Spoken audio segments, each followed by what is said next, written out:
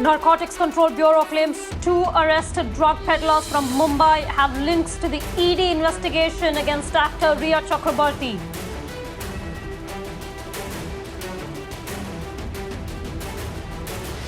Government data on food grains allocated for migrants reveal that out of 8 lakh tons, only 33% has reached the intended beneficiaries. The Atmanirbhar scheme aimed at giving free food grains for 2 months to migrant labourers. India falls 2 fresh provocations by China in the past 2 days. Both sides hold military-level talks as tension brews along the LAC.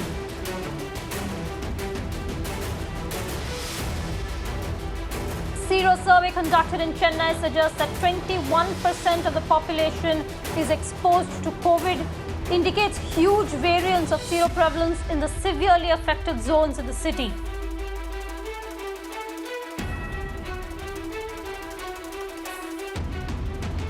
Changes made to the functioning of Parliament amidst the pandemic. No question are in the monsoon session. The monsoon session of Parliament begins from September 14th. And speaking to Chris Buzz, Suresh Raina hits at returning to the CSK for IPL. Also reacts to recent comments on him by CSK top boss Srinivasan, calling it a scolding by a father to his son.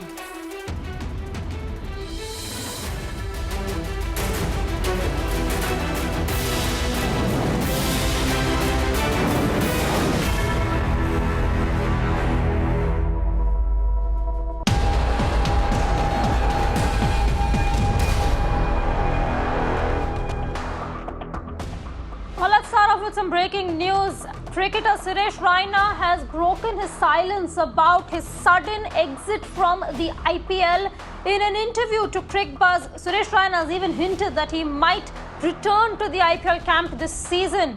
Raina said he had to take the tough decision in wake of the unfortunate incident involving his uncle, while indicating that he may make a comeback this season. He's also said that MS Dhoni is very important to him and has no issues. He has no issues with the CSK dismissing talks of any rift, of any showdown with Dhoni. Suresh Raina has also reacted to the recent comments by CSK top boss N. Srinivasan, saying it was a scolding by a father to his son. Remember, in a statement to Outlook, N. Srinivasan had called Suresh Raina's exit unfortunate. Karishma joins us for more on this. Karishma, for the first time, Suresh Raina speaking out in this interview. Just take us through what he has said. Well, yes, Suresh Raina now, after his return to UAE, has said that he is in fact open to return to Chennai Super Kings in Dubai in UAE before the IPL starts, because he says that MS Dhoni is very, very important for him and that N. Srinivasan is a father figure for him. So he will respect whatever decision he will take in consultation with them, even if it means returning to CSK camp in Dubai before the start of the IPL. Because remember, whatever may be the reason for Suresh Raina's return to India, Raina has always been an integral part of the CSK's success story in IPL. He has been with the team for 13 long years and he has, a very, very stellar T20 record. So now Suresh Raina coming out and saying that he's open for returning to Dubai for the IPL means that there are going to be discussions in the coming days with regard to Suresh Raina and whether he will be coming back or not. Karishma, thanks so much for joining us with those details. All CSK fans, some good news. Perhaps Suresh Raina could return to the squad.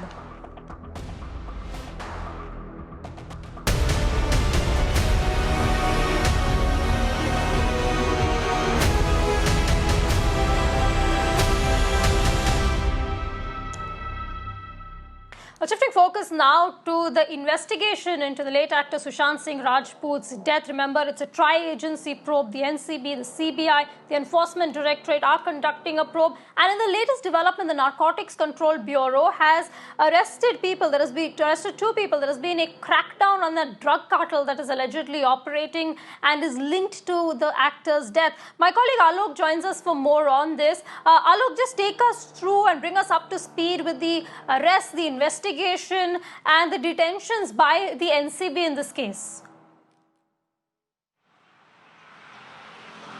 Well, Aarti, as of now, Narcotics Control Bureau has arrested 5 persons. One is arrested from Goa and 4 persons are arrested from Mumbai's Bandra area. Out of those 4 persons, 2 were arrested last week and 2 persons are arrested today. And these 2 persons are identified as Zaid and Basit. What Narcotics Control Bureau is saying that Zaid was having a direct connection with Shovik. Shovik is a brother of Riya Chakravarti, and remember, from mobile phone of Riya Chakravarti's ED Enforcement Directorate had found out that they were discussing about some specific drugs which they were procuring and consuming. And these drugs are basically called, one of these drugs are basically called as a bud drug. And these people who are basically arrested, these are the drug peddlers, all 5 persons were dealing in the business of the transporting and delivering bud drug only. So that is how the Narcotics Control Bureau is saying that these 2 persons who are arrested, they are directly linked to Shovik, because Zaid had sent Basit, because Basit is another person who had given this consignment to Shovik. And with that, there is the link has come out, and this transaction and this delivering of the consignment was happened in the month of March 2020. So and Narcotics Control Bureau is saying that they have the proof of their chats, and they have the proof of their statements as well. And during the interrogation, they have also revealed that. So on the basis of all these things, Narcotics Control Bureau is saying that they have all the evidences, and they are saying that in the coming days, they are going more deeper into it. And there are various networks that are working in Mumbai, especially in Bollywood. They will also be busted. But this is one of the network which the Narcotics Control Bureau has found out, and definitely they have now proved what is Narcotics Control Bureau is saying, that they have proved that there is the linkages of the drug peddlers with Riya and her associates. Back to you. Alok, thanks so much for that. Yes, the NCB probe, 5 arrests, as Alok was telling us, in a case which is being investigated by 3 separate agencies. The CBI, meanwhile, CBI probe is gathering more steam. Today, the agency has summoned 7 people linked to the case.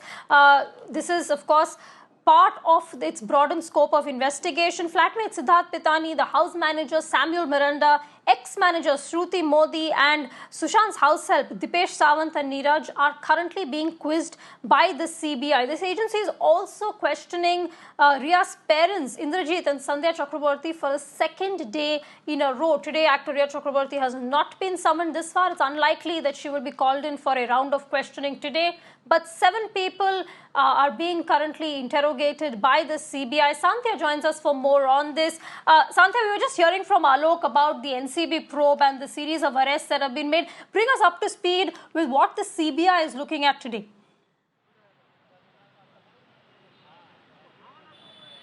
See, as far as CBI is concerned, CBI's focus ideally is criminal part, if there is any in this case. Now, talking about this particular investigation which is going on, specifically Riya's parents being questioned by CBI, today is the 2nd day that Indrajit Chakravarti and Sandhya Chakravarti are being questioned by CBI, Aarti. Now, the allegation of Sushant's family has been that how when Riya was exploiting Sushant for money, using him for the betterment of her career, giving him some sort of medicines / drugs, and cutting him off from his family. At that time, Riya's family members were helping her doing so, and specifically her parents. That's why they were also named in Bihar Police's FIR, Aarti. Now, CBI's case is more or less based on Bihar Police's FIR. That's exactly why Riya's parents are being questioned. This is for the 2nd time they're being questioned by CBI here at DRDO Guest House. Well, Sandhya, Shantia, we'll keep coming back to you for further developments on this story. Meanwhile, remember the Enforcement Directorate, which is a third agency probing this matter, has summoned Sushant's business partner, Varun Mathur. Now, Varun Mathur and Sushant had formed a company in 2018. It was called Inside Ventures, and it is in this regard that he has been summoned in the probe.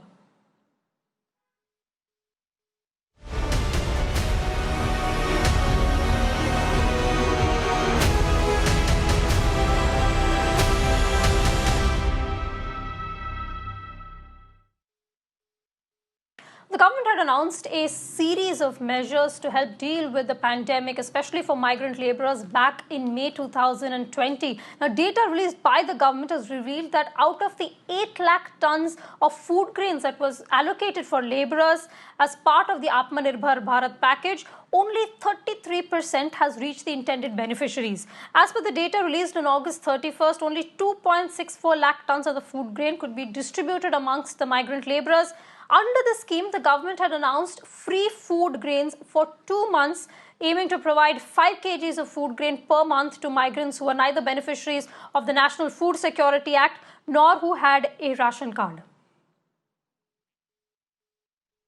Right. In fact, as you were saying, that there are certain cases that we can see in which that the Atmanirbhar Bharat package has actually not worked out at all.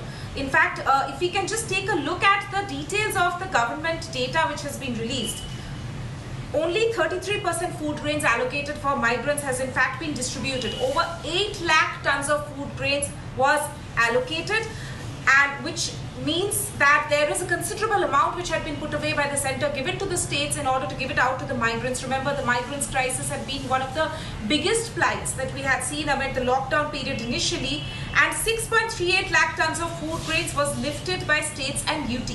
But out of that, only 2.64 lakh tons of food grains was actually distributed. This is as per the government data shared till August 31st this year. So what exactly was the promise which is made? So these are the facts that the government has shared. If we look at the promise which had been made as part of this Atmanirbhar Bharat package, free food grains for 2 months to migrants. That had been the promise which had been made. For May and June, this food grain had to be distributed.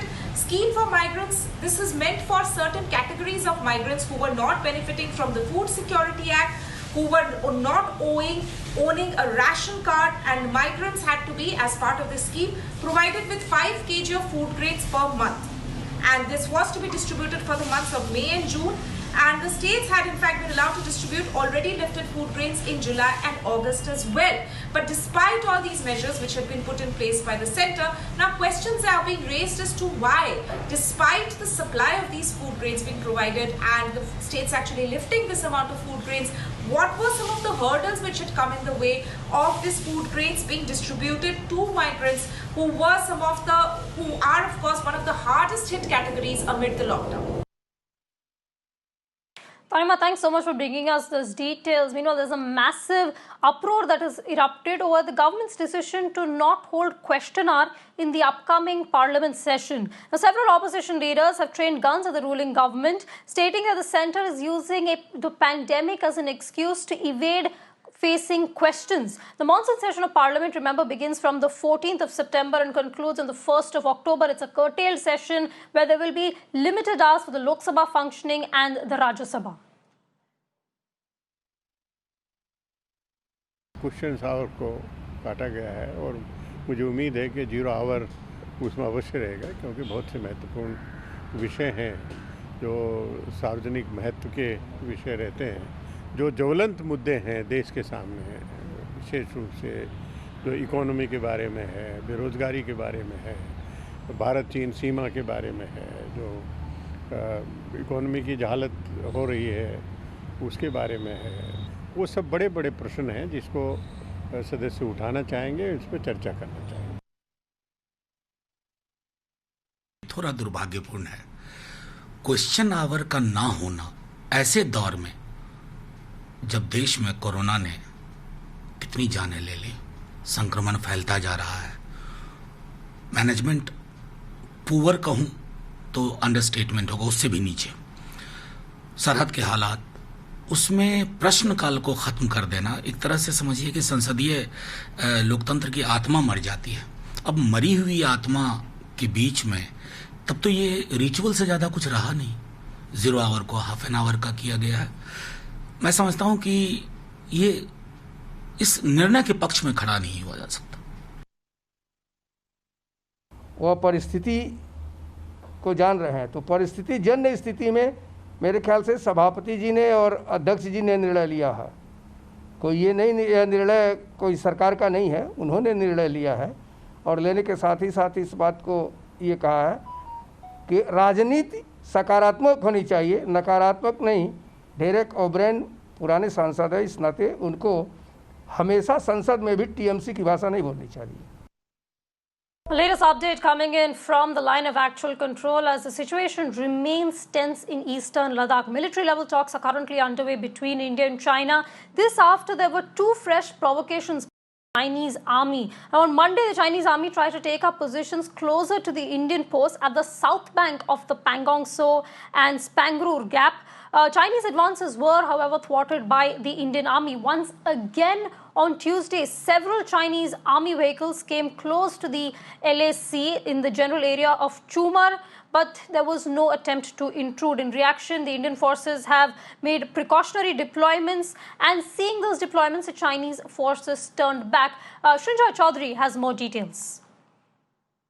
It's happened not just once, but twice. On 2 occasions, Chinese soldiers decided that they wanted to occupy the heights on the Indian side. First in the South Bank area on the 29th, and then again on the 31st night in the Spangor Gap and the South Bank of Pangong Tse. The question is, why is it happening? Is it something the Chinese want to do to put India on the back foot? Regardless of what they are thinking, it's important to know it has heightened tensions in the area, and the next 2 months are going to be very, very difficult. Police have arrested 2 accused in the case of the Bulandshahr minor who was molested. Another accused, however, is still absconding. This after a 14-year-old girl committed suicide by consuming poison after she was molested by 3 men in Uttar Pradesh. The men even videotaped the entire incident. The girl's family alleges that they are being threatened after lodging a complaint of rape against the accused. Another day, another crime against women in Uttar Pradesh. This time, this incident happened again in Bulandshahr, and this girl was 15-year-old, and she was coming back to her home from hospital where she was picked up by 3 persons. They took her to an isolated place where she was molested by 3 persons, and then they also made the video of the act and harassed her and threatened her that if she will reveal anybody about the assault, then they will put the video on the social media. Definitely, this clearly tells the picture that how much girls are safe in Uttar Pradesh. In fact, later after that, the family members approached the police. Police said that they have registered the case, and initially they launched the investigation. They found out that 3 persons who were allegedly involved in this molestation case, they were the native and basically the resident of that particular area, and they were known to the family as well. Now 2 persons have been arrested who are identified as Yogesh and Sonu, but 1 person is still absconding. As of now, police say that they have launched the search, and the 3rd person will also be arrested. But this is very unfortunate incident because this is not the first case daily that we are reporting similar kind of cases where the girl girl is assaulted, raped, murdered. These kind of incidents are daily coming to light from Uttar Pradesh. Definitely, it raises question on the safety and security of the women and the girl, especially in Uttar Pradesh. Let's bring you up to speed with India's war against coronavirus, which is currently showing some worrying signs. India's recently reported this biggest single-day rise in COVID cases in the world, and the upcoming festive season has only added to the government's concerns. Now, Mirror now is looking at Delhi and Maharashtra, 2 of the most worrying states, and the rise in these 2 cases and the rise in the cases in these 2 states as the festive season begins. Let's start off with the national capital. In fact, on Monday, Delhi reported its its highest single-day spike in nearly 2 months, reporting 2,312 fresh cases in the last 24 hours. In fact, if you compare the data of the last 10 days of July to that of the last 10 days of August, we see a definite spike. In the last 10 days of July, now Delhi has reported a little over 10,000 cases compared to the last 10 days of August, where Delhi has reported 16,000 cases in the same time period. While testing has also increased, in the midst of the festive season, Delhi faces multiple hurdles in curbing its COVID cases. Going to see the metro opening on 7th of this month. Ahead of that, when we analyze the data of past 1 month with that of July, it was found that there has been an increase of about 60% of case rise. Now, at a time when the festivals are also approaching, the metro's opening will also lead to congregation. Now, will this congregation also increase in number? The experts feel that somewhere people need to follow the social distancing norm and also need to abide by the guidelines that mask is mandatory. Currently, I am in a market where you can see that people are definitely not following the social distancing guideline. Also, many places and many times we have found that people who have been told that mask is mandatory. In fact, Delhi government has also been involved in issuing challan to all those people. Mask guidelines have clearly not been followed in the national capital. Currently, we are being told that the Delhi government is also enrolling the teachers to issue a challan. But if you go through the data of July and August, there has been an increase of 60% in the number of cases, while the test has already increased for about 10,000. More than 16,000 cases have come to light. Now, this comes into the backdrop of economy opening up. The containment zones number have increased, but the current status is that the opening of metro is going to take place, and also from here on, the entire Delhi will be commuting from one place to another. Will this increase to a rise?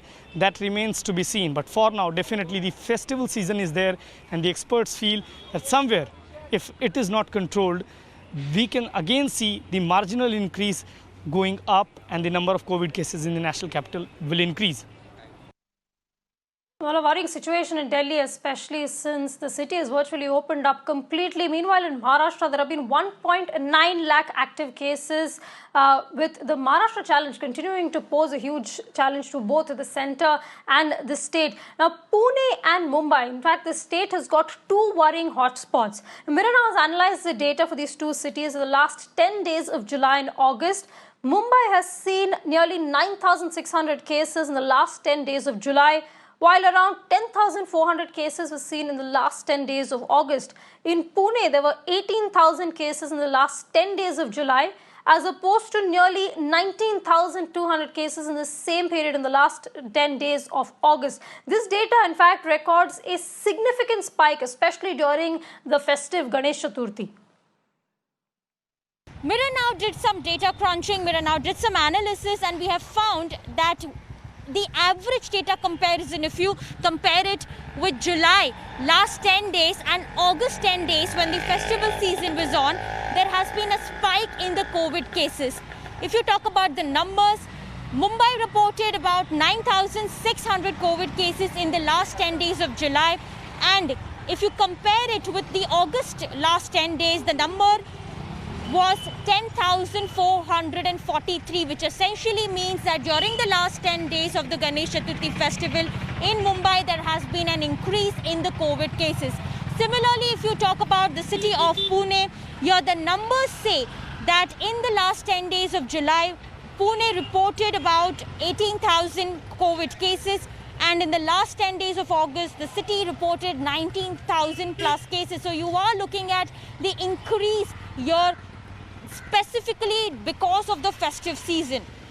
In Mumbai, the positivity rate also has increased from 11% to 14.5% in these last 10 days of the festive season. So here we are looking at that on the ground level, despite several restrictions that were imposed by the Maharashtra government, by the BMC, but nothing really was implemented in terms of social distancing, in terms of people wearing masks, as we have seen an increase in the cases. One such example, here we are in Amarnagar, which is one of the containment zone in Mulund West, which is in the central suburbs of Mumbai.